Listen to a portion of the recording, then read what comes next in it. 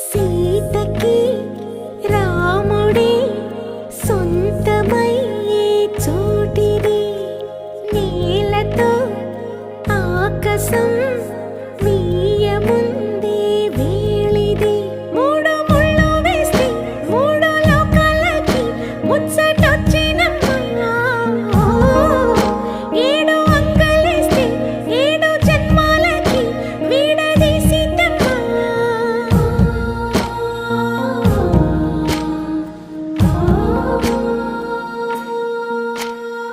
సీతమ్మ వాకిట్లో సిరిమల్లె చెట్టు, సిరిమల్లె చెట్టుపై చిలక వాలింది.